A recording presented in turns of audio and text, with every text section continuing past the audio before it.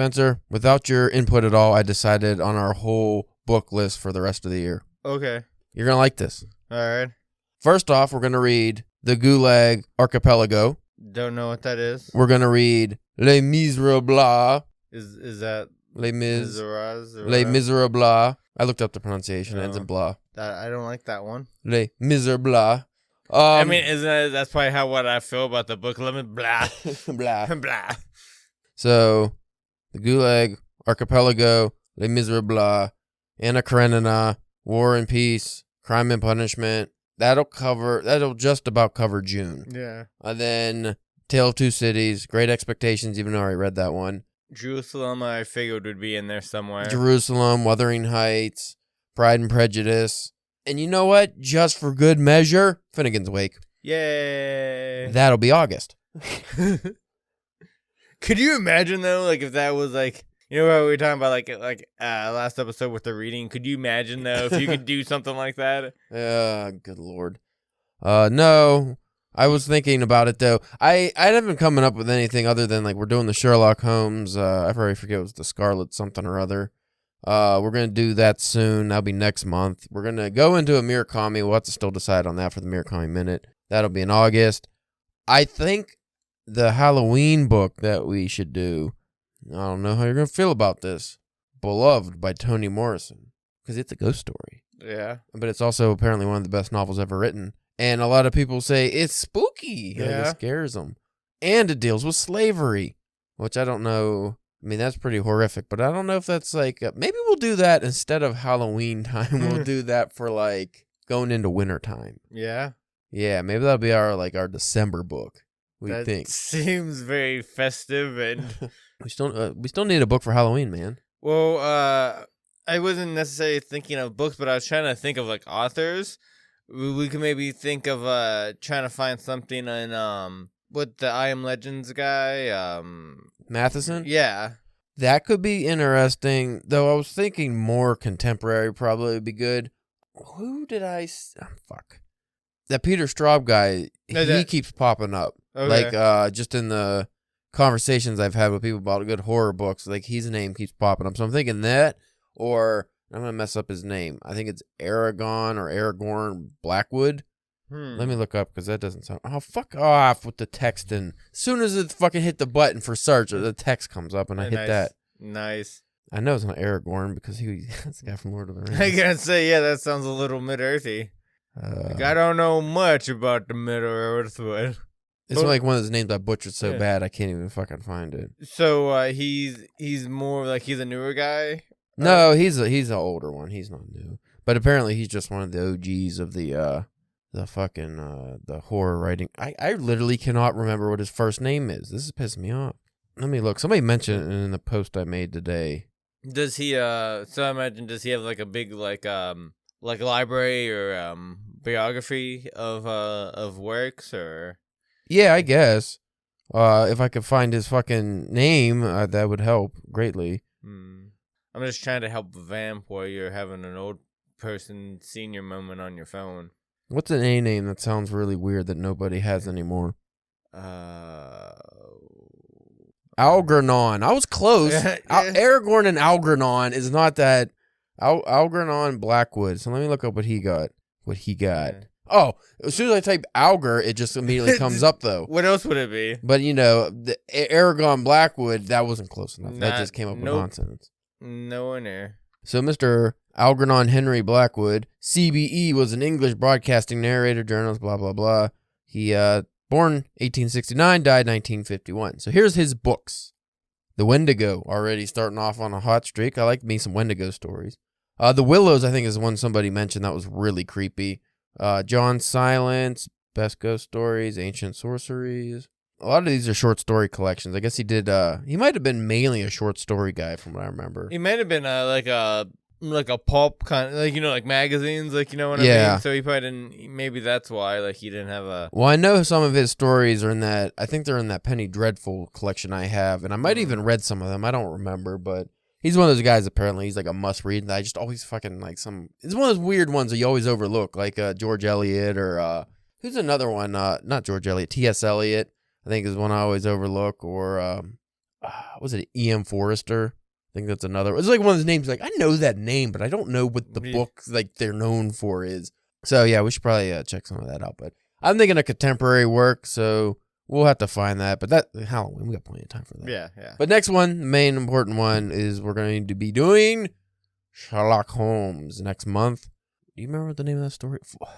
The Scarlet Dashery. Haberdashery. Haberdashery. Oh, I just don't like picking up this book. It's 30 pounds. That's what you get for having those goated page books. Shut up, Spencer. Nobody likes you. Yeah, I know. A Study in Scarlet. That was me just closing the cover. So, A Study in Scarlet will be our next book of the month if you folks want to read up on that. It's only 67 pages, but I don't remember exactly how dense these Sherlock Holmes stories are. I haven't read them since I was a kid, so that'll be something interesting for us to get into. And then after that, well, we're going to do like Murakami and stuff. And we still need to read Colony. Colony.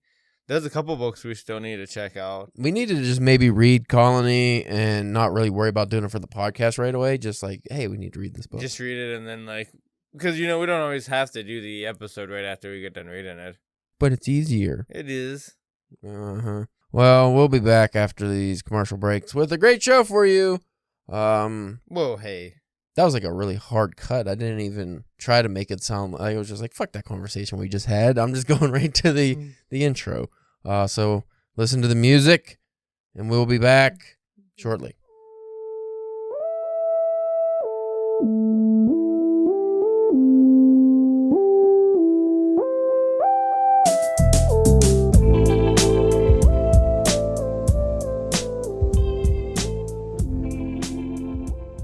Welcome to the Drunken Pen Writing Podcast. We're here for your listening pleasure. Oh, yeah.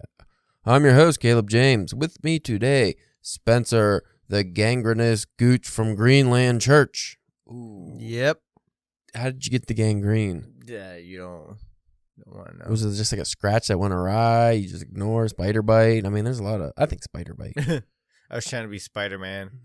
It's not how it works. Now you tell me. Today we are going, just because we were talking about fancy, I went on a list of just fucking stupid books I haven't read at the very beginning of the cold open. I decided maybe we'll cover the great books or just talk about them to see if there's something that we should actually read, because these, which I don't know about you, but I'm going to get real diverse here. I'm going to get real woke. Can I get woke? Sure. Wake up. Why are all these the great books, the greatest books ever, why are they always like Westerns? Like Western society? Like, I mean, you have Russian literature, English literature, and American literature are like always at the top. Like Western, why can't it be some Japanese fiction on this? There might be, I don't know, but I never hear Japanese literature considered among the great books. Well, I'm sure that's like one of those things, like if you were over like in Japan and you Googled like greatest, they have their own list. Yeah, probably, and it's just probably and whoever makes the list, like Mm-hmm. I don't know. I couldn't really. When it gets into like the Russian literature and things like that, I've never really checked any of that stuff out, so I couldn't even tell you. No, but you've heard of like War and Peace. Yeah, I've heard of them and stuff. Like you're at least aware of them. Yeah, yes, I'm aware. Yeah, I'm sure they'll Tolstoy and Dostoevsky will be all over this list. But let's see what we're. Do you think it's just funny names? Funny names, like the author's name? Yeah. I don't know. Maybe. So this is the greatest books of all times, but this is thegreatestbooks.org. So it's legit. So these are what people consider the greatest books. So I just wanted to see if it would be worth our while to actually check some of these out, because almost all of them are, I would imagine, are the kind of books that's going to take months and months and months, and you'd have to break down and all that shit. Let's just say they're probably more your kind of books than my kind of books. Well, we don't know. Don't say that till we get into them. Number one automatically just excludes both of us. In Search of Lost Time by Marcel Proust, or also known as Remembrance of Things Past. That's like a 7-volume novel that's over 1 million words or something. It's like ridiculous. Not 1 million words, 1 million pages. It's like Swan's Way. I do have Swan's Way. I haven't got around to reading it yet. Swan's Way, the first part of A la Recherche de Temps Perdus, Marcel Proust's 7-part cycle, was published in 1913.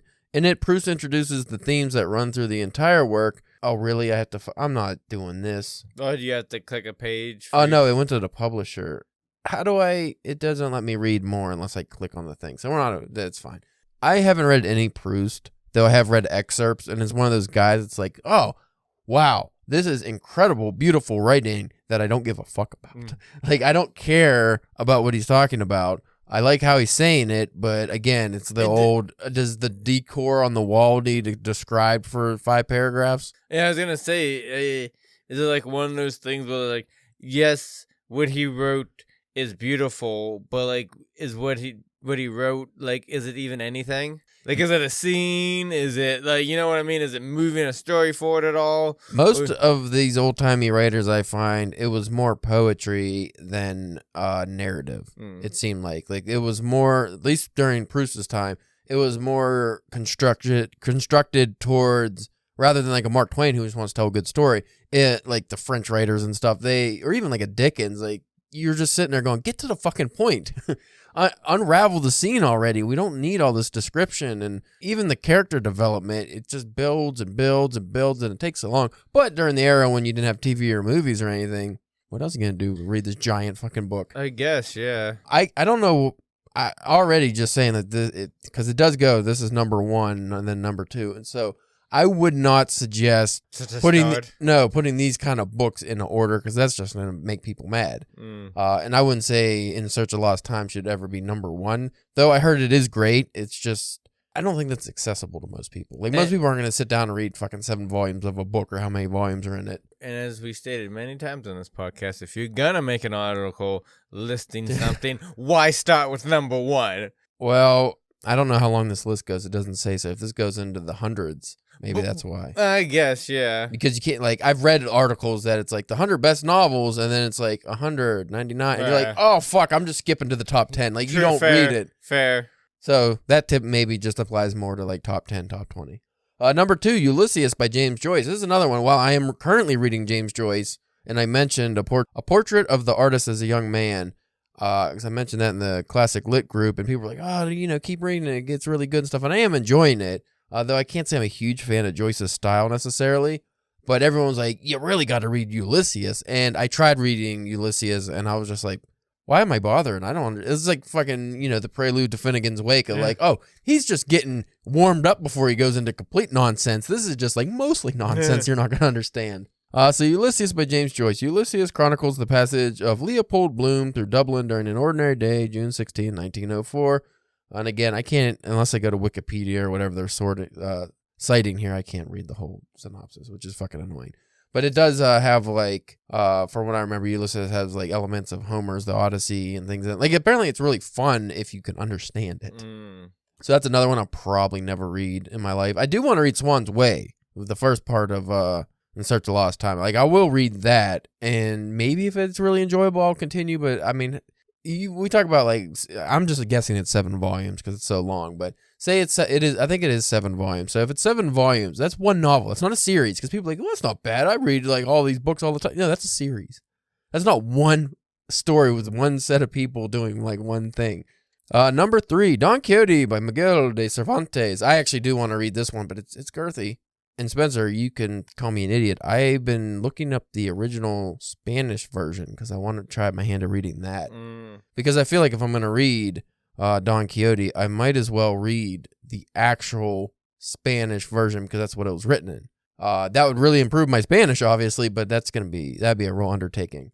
So Alonso Quijano, a retired country gentleman in his 50s, lives in an unnamed section of La Mancha with his niece and a housekeeper, and then he ends up going on, he becomes obsessed with chivalry, basically, and he goes on a quest, that's what it is, like a quest. He wants to be like a knight or, something like that. I think this was actually considered the first novel ever written, if I remember correctly.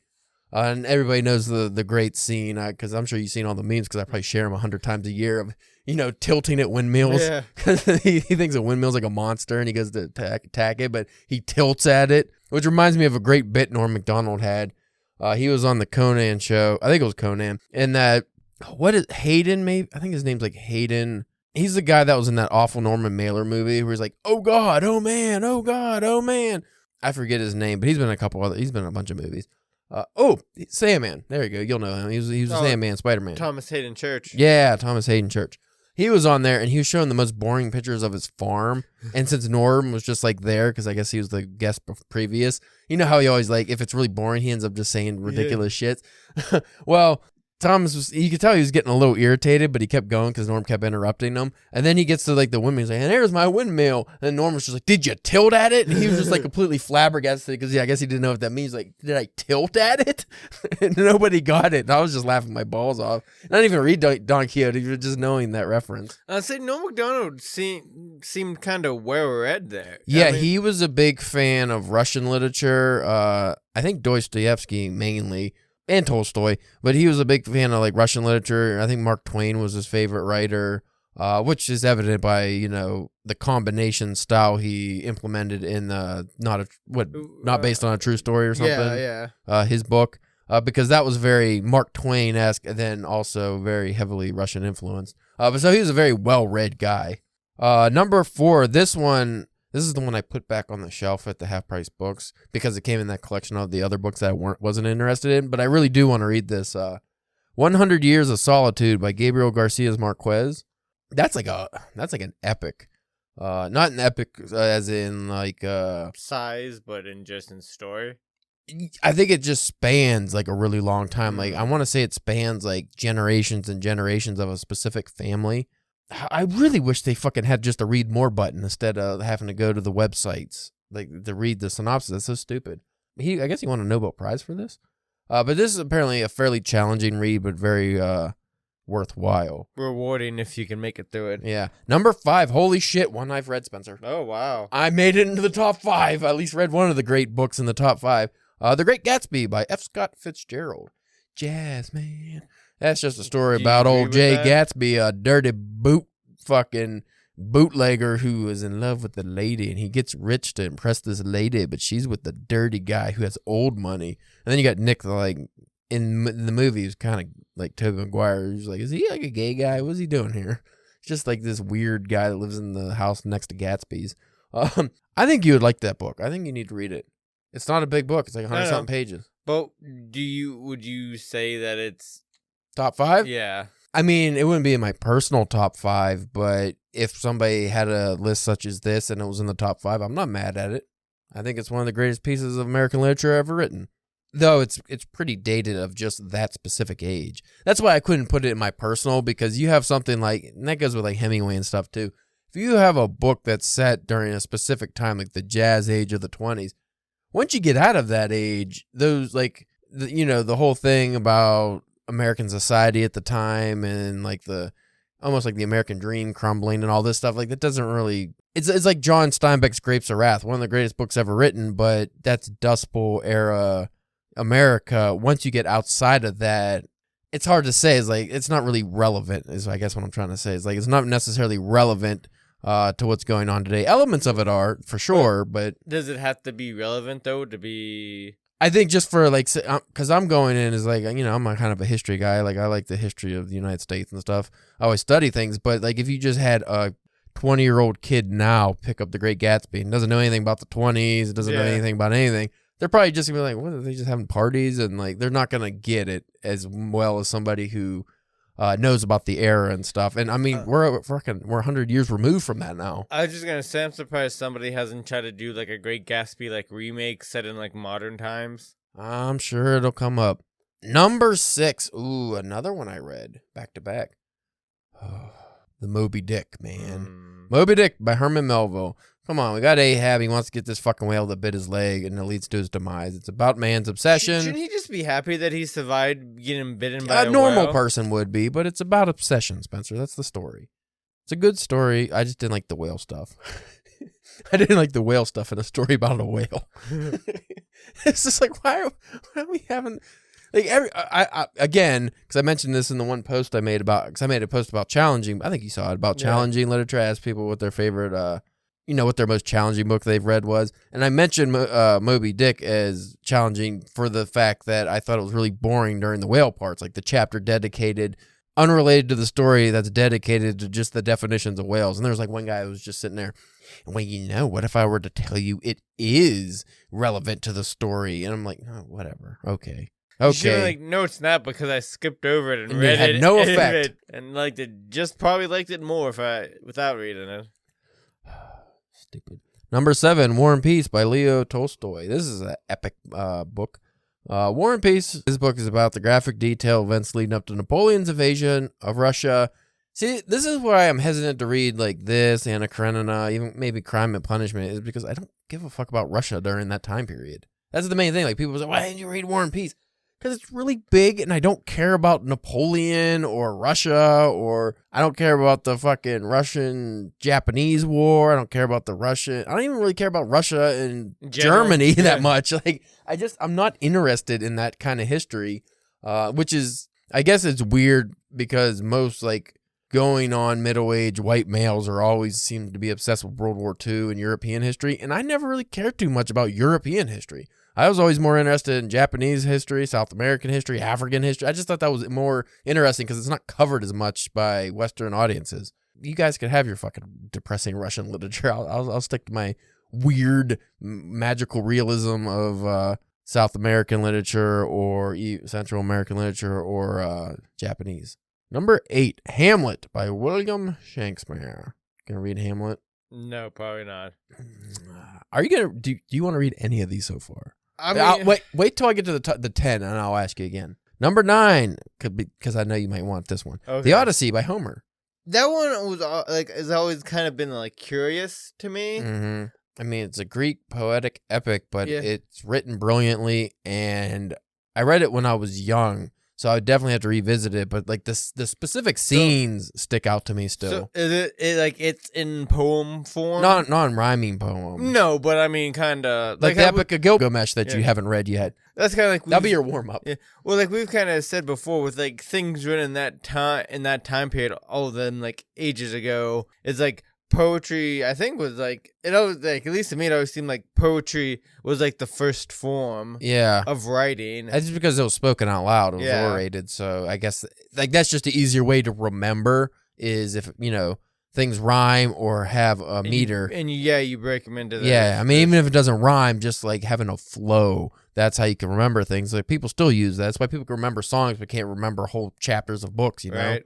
Number 10 is rounding up the top 10. Madame Bovary by Gustave Flaubert. I've never was interested in this book. I don't know if there's much of a synopsis here. For daring to peer into the heart of an adulteress and enumerate its contents with profound dispassion, the author of Madame Bovary was tried for offenses against morality and religion. What shock. And then I don't get to read anymore. Again, I'm not interested in that subject matter, which might be why I haven't read Oscar Wilde yet either.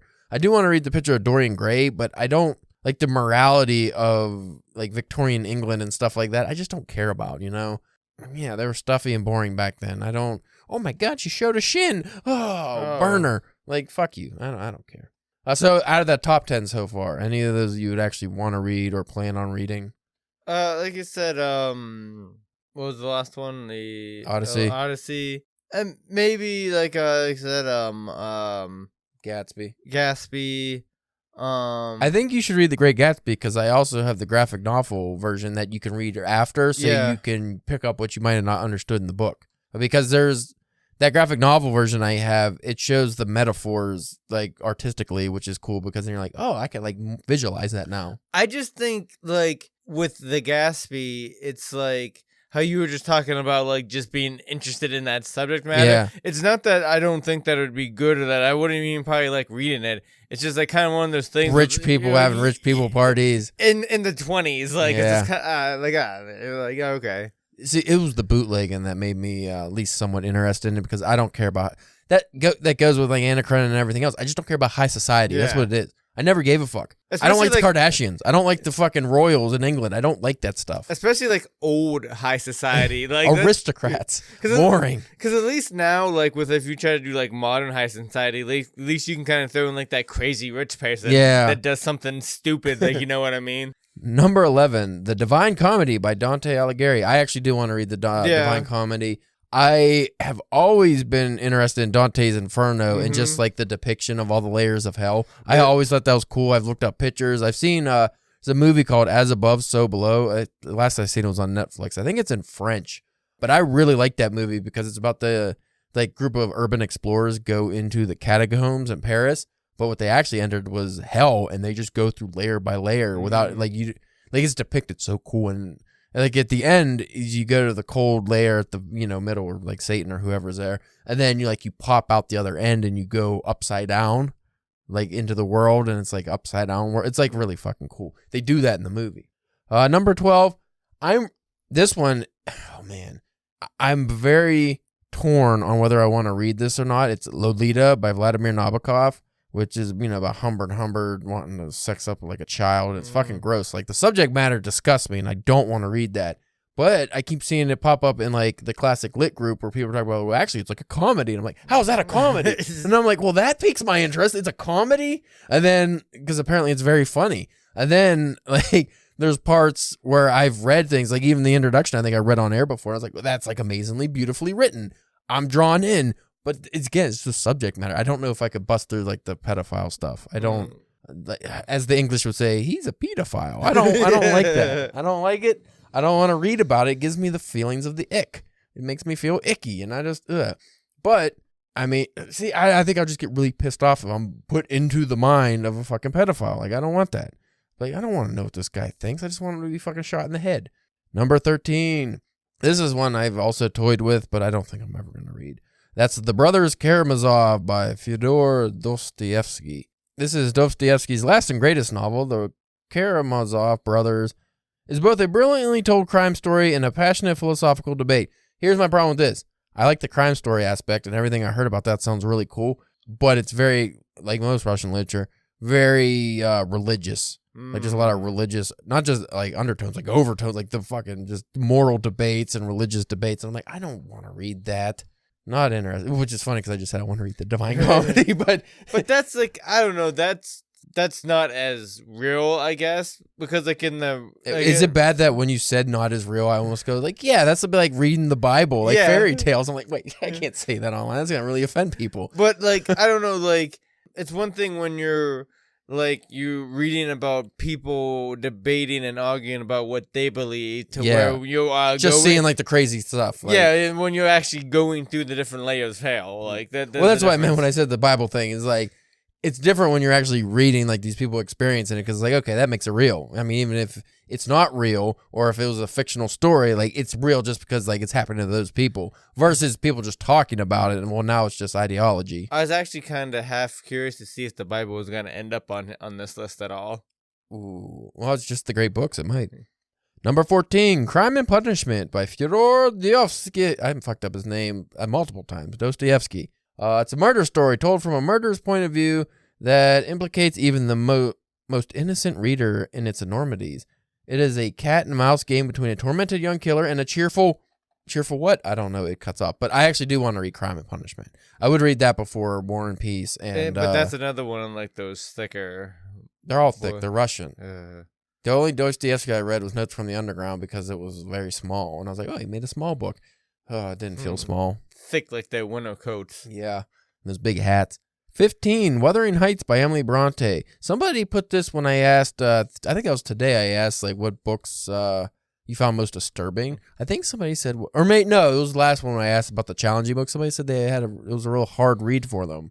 Wuthering Heights. The narrative is non-linear, involving several, okay, maybe that's why.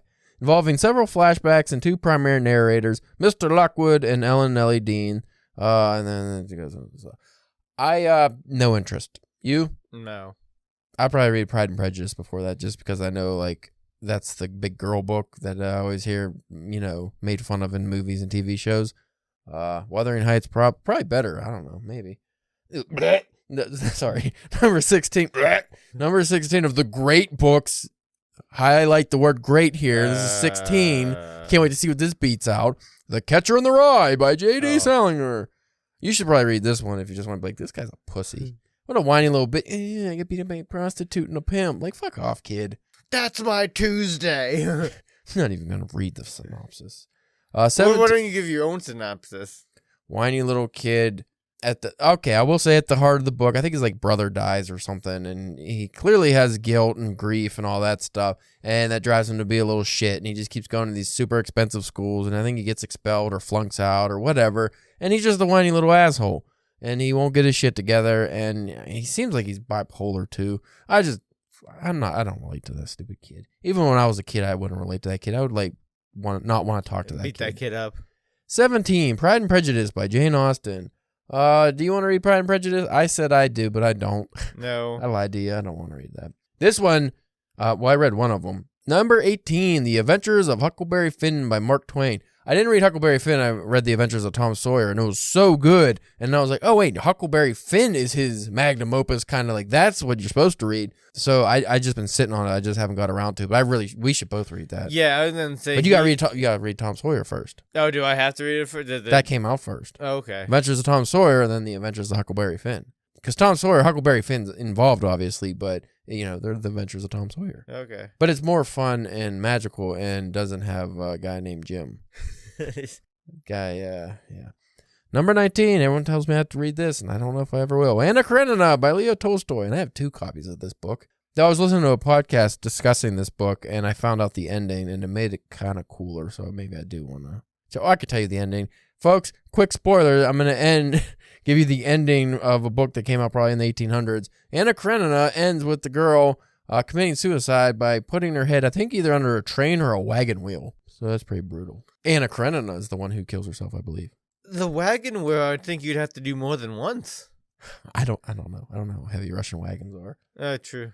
20, I read this one, and it was okay. Alice's Adventures in Wonderland by Lewis Carroll. Now, did you have a problem with that? Because isn't, like, the writer of that, like, kind of pedoly?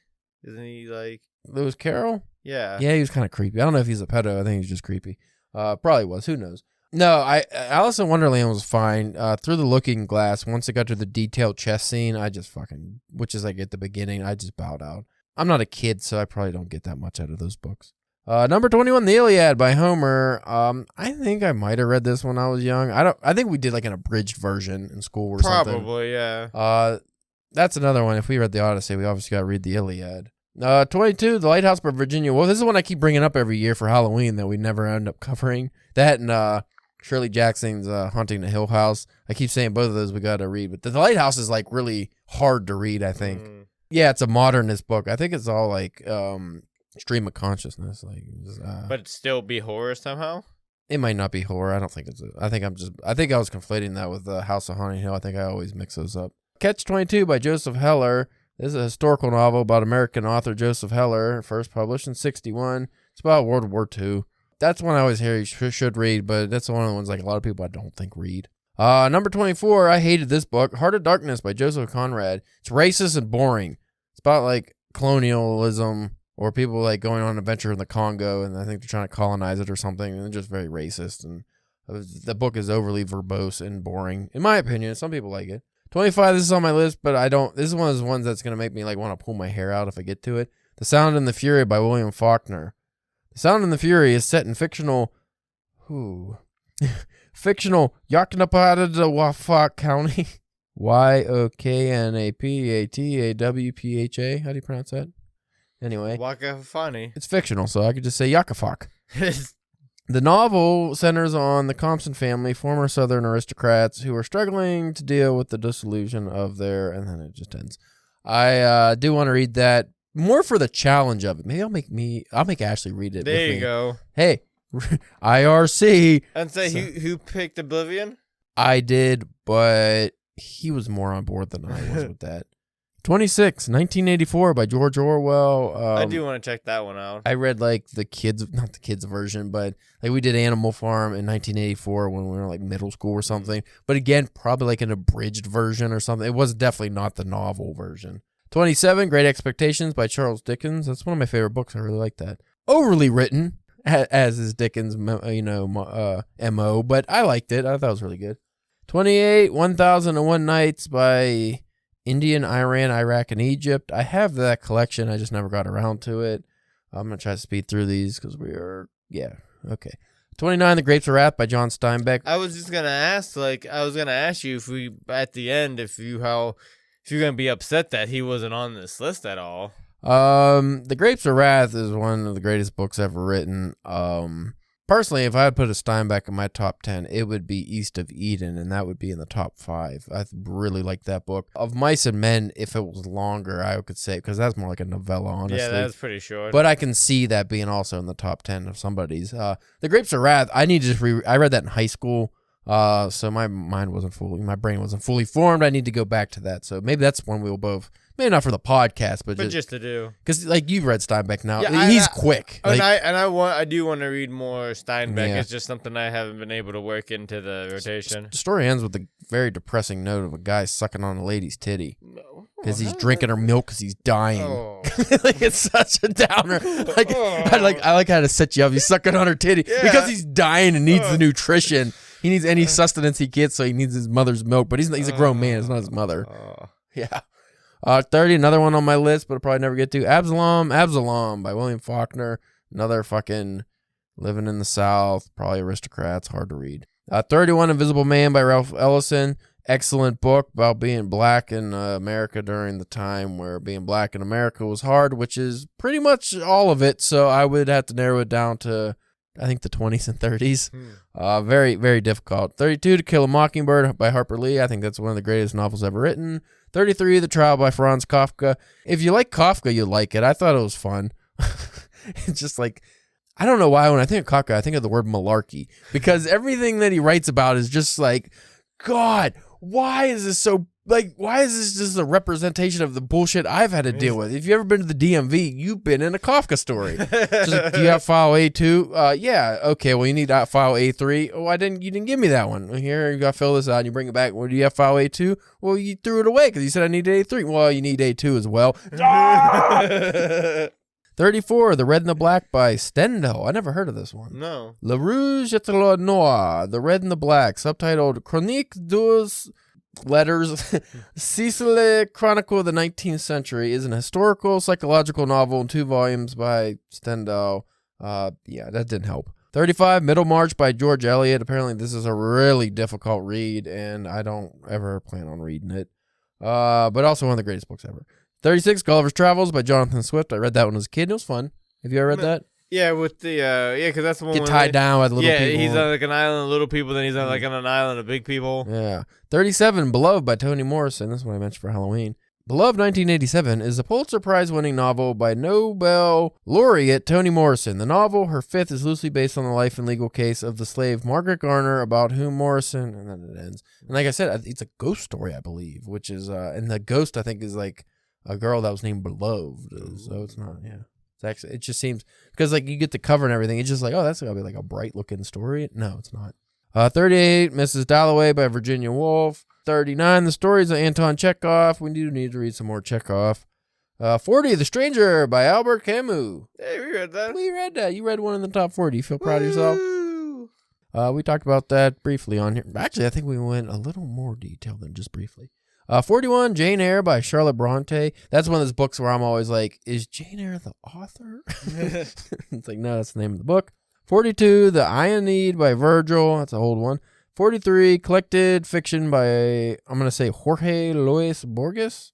Or George. It could be George. 44, The Sun Also Rises by Ernest Hemingway. That's okay if you like to read about people drinking in Europe and bullfights. 45, David Copperfield by Charles Dickens. I haven't read that one yet.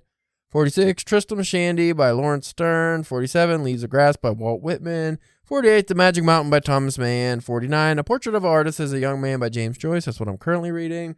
And 50, Midnight's Children by Salman Rushdie. That's the one I think we should probably read at some point. Yeah? I took his master class, and all the excerpts he had from that book were excellent. So I'm like, ooh. And I think he got like banned from India. No, that was for that Satan book. I forget the name. It's not Satan, but maybe it is like the Satanic Bible or Satanic Verses or something. And like he got kicked out of a country or something. I think Muslim countries or somewhere. Like they actually put like a hit out on him. But anyway, yeah, we should read Midnight's Children. Apparently that's excellent. So that's top 50 greatest books. Spencer's going to read them all. By next episode. Now I'm going to ask you, Spencer, would you add anything to that list that you think should be on there? I mean, not anything I think that would fit in there, really. Like, if it's like personal things, not what I think would have like the greater like effect on the world, masses and stuff. Well, like I said, that was a very Western audience list. I would like to open that up, though I would put East of Eden on that list by John Steinbeck, and if it's top 50, of Mice and Men as well. I will say that I think Snow Country should probably be on that list. There's multiple Yukio Mishima books I think could make it on that list. Confessions of a Mask, maybe. I kind of think Wood of the Woods should be on that list, just for the fact that it being read aloud on a radio made people freak out and murder and burn things down, I think. That's a good point. Natsume Soseki has some work that like maybe Kokoru or even I Am a Cat could probably be on that list. See, I'm more well-versed in Japanese literature than I am like other stuff. Because the only one that wasn't like a Western, I think, was that 100 Years of Solitude, right? What does count as Eastern? Just like Asian, I guess. Yeah, probably. And Middle East. Yeah, I guess that's a pretty big span of things. Because even a lot of Japanese literature is really Western influenced anymore. Trying to think of American literature I would add to that list. Maybe Native Son by Richard Wright. That was really good. Because if you have Invisible Man, I think you could have Native Son just as easily. Yeah, because they both deal with like similar subject matter. Yeah. I would probably put Old Man in the Sea over The Sun Also Rises, or even A Farewell to Arms if I was going Hemingway. Yeah, because like that was his first novel, but that was a weird choice because it's not like amazing by any means. It was an okay novel. I don't think that should have been on there. Great Expectations was on there. I think Tale of Two Cities should probably make that list. You would think. Yeah, I mean, yeah, without reading it, just from knowing about it, I think that should probably be on the list. But maybe they just didn't want too many of one author, which makes sense. Off the top of my head, I don't think I could think of any more that were that good. Because there's a lot of good novels and even a lot of great novels, but like to be in there were some on that list I would take off. But then there's a lot I haven't read, so I can't judge based on that. And obviously, if you know my opinion, I don't think Proust should be number one on that list. I don't know who I would have on the number one list out of my limited reading, because I have the great books. What I read out of that 5, 10 maybe of those books, so I can't really say much. That'd be a good thing to actually share into that classic lit group and be like, hey, you guys all read this shit. What would you rate these? So anyway, if you have any opinions on what you think should be on the great list, Lord of the Rings. You telling me Lord of the Rings can't be on that list? As just all 3 books is one book? I mean, yeah, because it did kind of create a genre. Yeah, why Lord of the Rings should be one of the top.